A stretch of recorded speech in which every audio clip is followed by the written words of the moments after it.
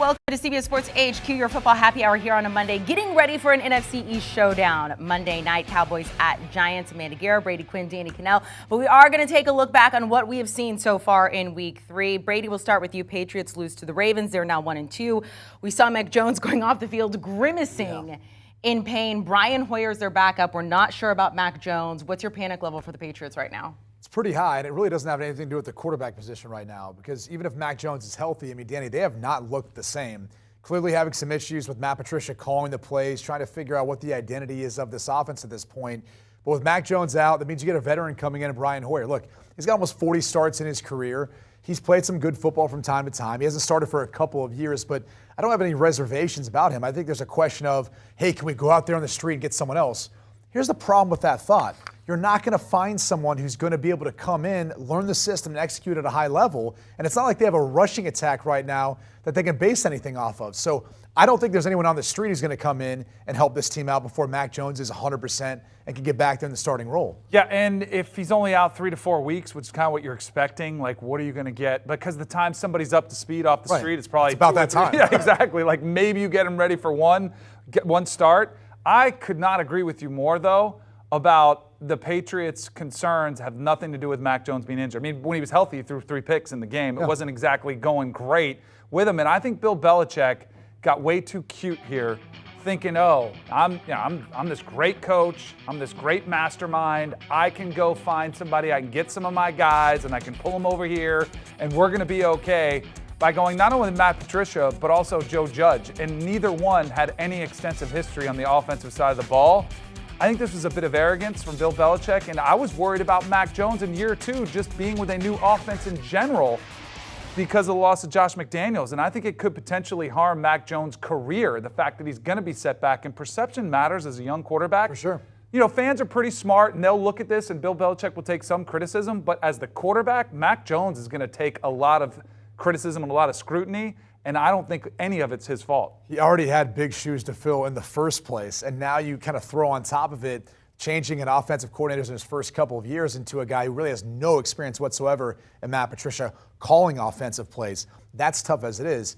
Going back to that decision, though, to bring in Matt Patricia to be the offensive play caller, it's interesting to me only because it's almost as if Bill Belichick valued bringing a guy who's familiar with, as opposed to an offensive mind outside of that circle that we all know in New England. It's close, and those guys don't like bringing people from the outside. That could have been one of his biggest mistakes in wanting to trust whoever's calling the plays more so than actually who he was bringing in to call those plays. Big game for the Patriots at Green Bay on Sunday. Big game for the Bucs as well, hosting the Chiefs. A rematch of Super Bowl 54. We got a hurricane we're dealing with, so hopefully this game goes off on Sunday. There may be the last time we see Brady versus Mahomes. Danny, we'll start with you, and let's start with this Bucs offense. Look, they're short at wide receiver right now, but overall, you can point fingers kind of across the board. If you were to start fixing slowly, not relying on the injuries there, this Bucs offense, where do you begin?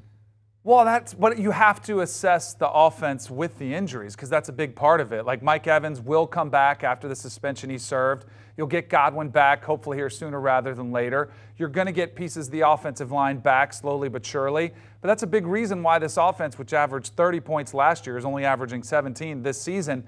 I do look at Tom Brady, and I think it's very evident he's clearly frustrated. I mean, we saw it last week a little bit more on display, I think, after breaking a couple tablets. He said maybe publicly, let me not air out as much. He's a little bit off. Gronk missing is definitely something. There's an absence there, a void that was always his security blanket, somebody he'd like to go to in critical situations. But I do think you just kind of have to slow down, say, all right, we're still where we want to be. We're still 2-1 after this game. And as bad as they're playing, the defense is balling out. So I think that's, if anything I would fix, I would say maybe play it a little bit more conservatively until you get those guys back. Rely on the defense. Maybe try to run the ball a little bit more.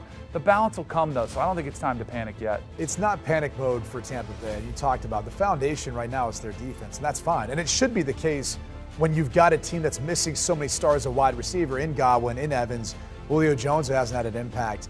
And the tight end position, you talked about the missing of Gronk. He was at this most recent game. Oh, he was. Maybe there's a thought that they can bring Gronk back to help out Tom Brady in a tough spot at this point. And especially now that we've got a few games in the season, we know Gronk wouldn't have to go the entire way, so that might fit more with the regiment that he'd want to have as far as practicing and getting his body back into shape. But there's no solution or no, I guess, guy who's going to come off the street that's going to provide them what they need at the wide receiver position. So to your point, they're going to have to deal with this for the foreseeable future until they get healthy again. And look, we saw this throughout the course of Tom Brady's career in New England. It was always a system where they would kind of find their identity after that first quarter of the season, and then they'd start to pick things up offensively. That's where we're at right now. They're still trying to identify their strengths, their weaknesses, and part of that is they just need to get their personnel back healthy. Once they do, it's going to be a dangerous team right now. I'd actually say this. Tampa Bay is not the favorite to win the NFC. I would go place some money right now where you can get some of that value with the Tampa Bay Bucks. I think it's Philly at this point. Go place some money now in the Bucks because once they get back healthy, if they're a 2-1 football team, they're only going to get better from here. 2-1 football team taking a look at their schedule, and we're going to talk about the Chiefs at Bucks here. Falcons, they host the Falcons after that, at Steelers, and then at Panthers, and then hosting the Ravens on October 27th. All three winnable games. Yeah. I mean, you're talking about a 5-1 football team probably. All right, guys, hang on just a second. By the way, make sure to download and follow the Pick Six podcast, all things NFL. Latest episode there, Week 3 NFL recap. Dolphins and Eagles both improve to 3-0. You can also scan that little QR code and watch it. Do you want a sports network that delivers everything that matters about the game? The highlights, the picks, the instant analysis, no yelling, no fake debates, no politics. Hit the subscribe button and never miss a moment.